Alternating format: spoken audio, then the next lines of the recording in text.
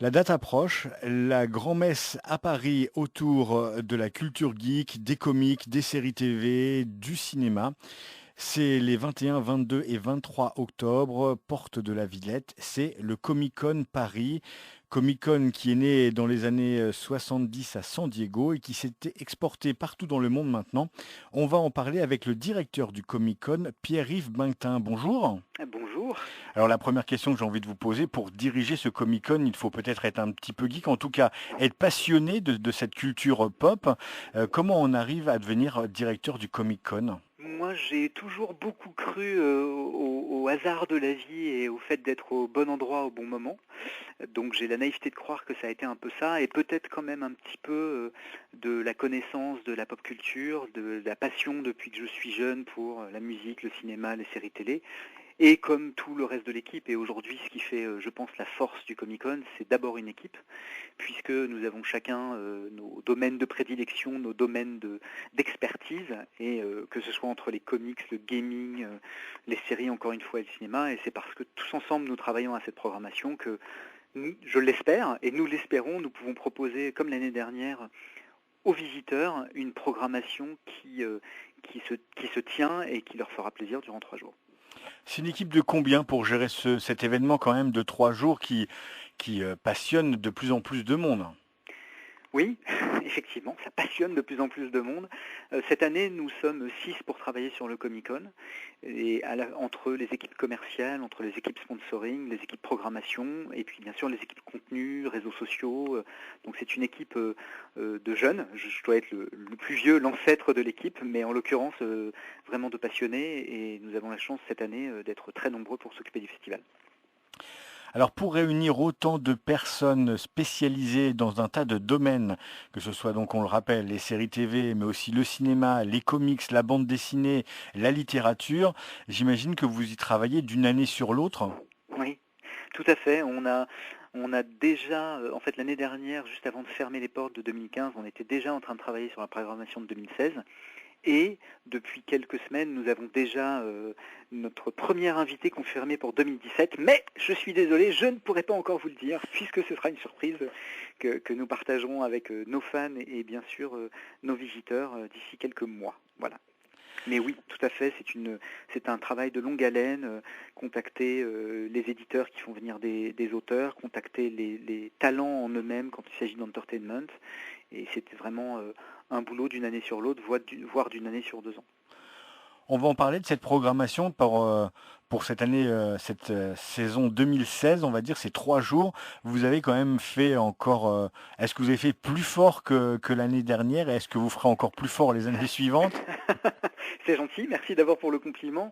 Plus fort, écoutez, on a essayé, mais comme l'année dernière, quand on construit une programmation et quand on réfléchit aux invités que nous voulons avoir, on se réunit avec l'équipe autour d'une table et on met des noms à la fois d'auteurs comics, à la fois d'acteurs, de réalisateurs, qui nous font plaisir, que nous avons nous envie de voir durant notre festival.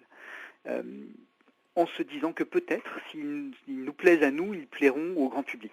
Et c'est comme ça que l'année dernière, dans les noms idéaux, nos rêves les plus fous, on s'était dit, bah, on pourrait demander Frank Miller et qu'on l'a eu.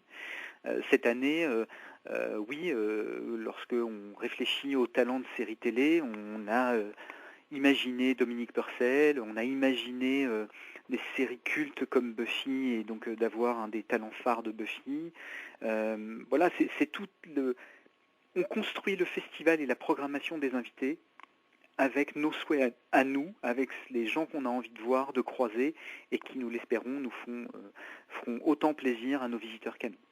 Alors, est-ce que vous pouvez nous parler de cette programmation sur 3 jours? Ça commence le vendredi et jusqu'à dimanche. Les temps forts, un peu, on peut pas tout résumer parce que on invite plutôt les gens à aller sur le site internet pour voir Tout à tous fait. les nombreux invités qui seront présents et tout ce que vous allez pouvoir proposer. Mais en gros, quels sont on va pas dire les têtes d'affiche, mais les moments phares de ces 3 jours?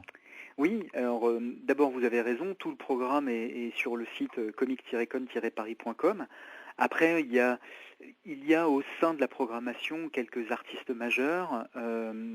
Donc j'en ai cité quelques-uns auparavant: Dominique Purcell, l'acteur de Prison Break, Elisa Dushku qui jouait Faith dans Buffy contre les vampires, Katy Cassidy qui joue Black Canary dans Arrow, mais aussi quelques oscarisés du cinéma, puisque nous avons la chance d'avoir Michel Hazanavicius, le réalisateur de The Artist et de OSS 117. Nous avons la chance d'avoir Lance Peterson, qui est un des membre fondateur de studio qui a créé tous les effets spéciaux de Star Wars et qui a eu lui-même un Oscar pour les effets spéciaux d'Indiana Jones. Et puis bien sûr, tous les talents de l'univers du comics, puisque ça va des créateurs de Valérian, Christin et Mézières, à tous les univers de la série Métabaron, avec des Américains qui sont là, avec le dessinateur de Harley Quinn. Donc c'est 3 jours de programmation dans 3 salles différentes, changement tous les 3 quarts d'heure, contenu exclusif, rencontres exclusives, masterclass qui permet un échange avec le public.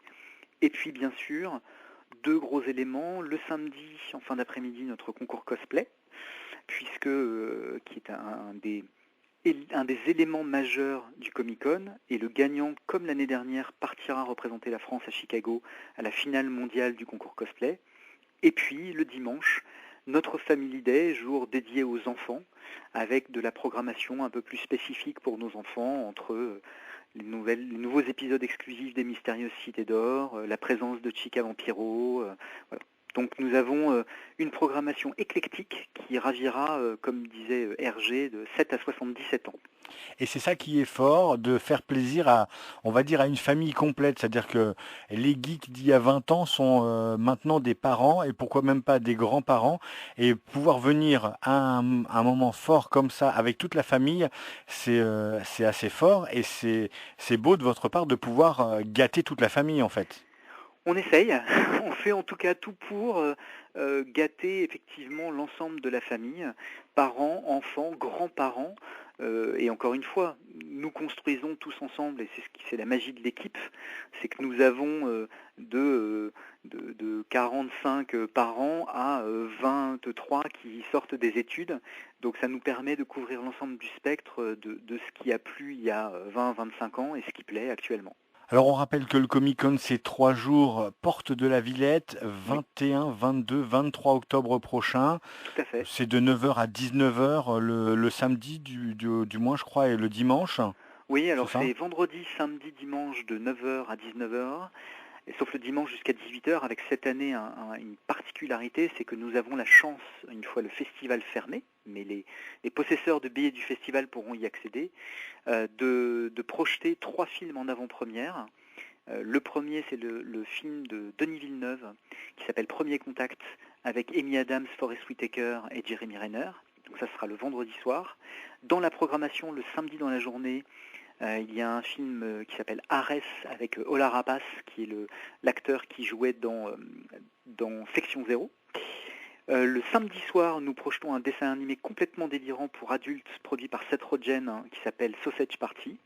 Et notre soirée de clôture, pour la première fois en France et 3 jours avant sa sortie, en exclusivité, nous projetterons le prochain film des studios Marvel qui s'appelle Doctor Strange, film avec Benedict Cumberbatch dans le rôle du docteur. Voilà. Un des films les plus attendus de ces prochaines semaines. Je vous confirme. Et donc ça, tous les visiteurs du Comic-Con, avec leur billet jour, s'ils arrivent à temps, puisque c'est dans la limite des places disponibles de notre salle, pourront assister à ces 3 projections une fois le festival fermé, c'est-à-dire à partir de 19 heures et de 18 heures le dimanche.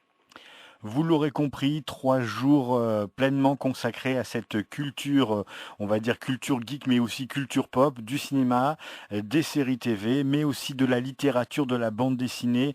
Vous trouverez tout un tas de belles choses. Il y a même des artistes bijoutiers qui seront sur place. Enfin, il y a plein d'exposants, il y aura du cosplay, beaucoup de gens viennent déguisés. C'est quand même un endroit qui va grouiller de talents et de couleurs durant 3 jours.